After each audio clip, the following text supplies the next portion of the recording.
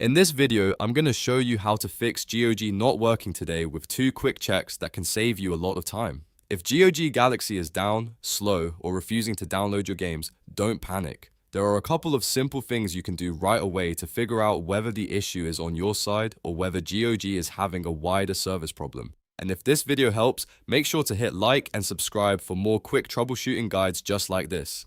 First, let's check the service status. Open your browser and go to the Downdetector GOG status page. This is one of the fastest ways to see if other players are reporting problems right now. If you notice a big spike in reports, that usually means the issue is affecting a lot of users, not just your device. Take a moment to look through the recent reports and see whether people are having login issues, download problems, or store outages. If the status page shows a widespread issue, the best thing to do is wait it out and try again later, because the problem may be on GOG's end.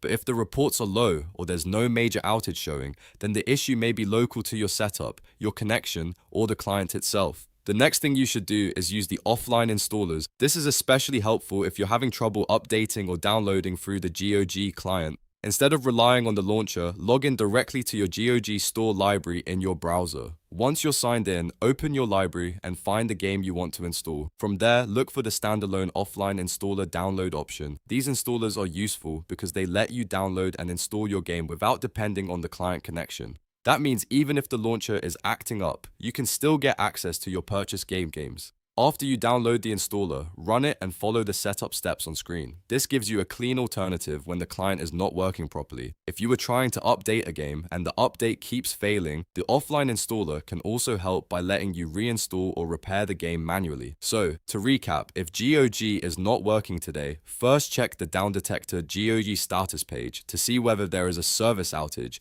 and then use the GOG store library to download the offline installers if the client is giving you trouble.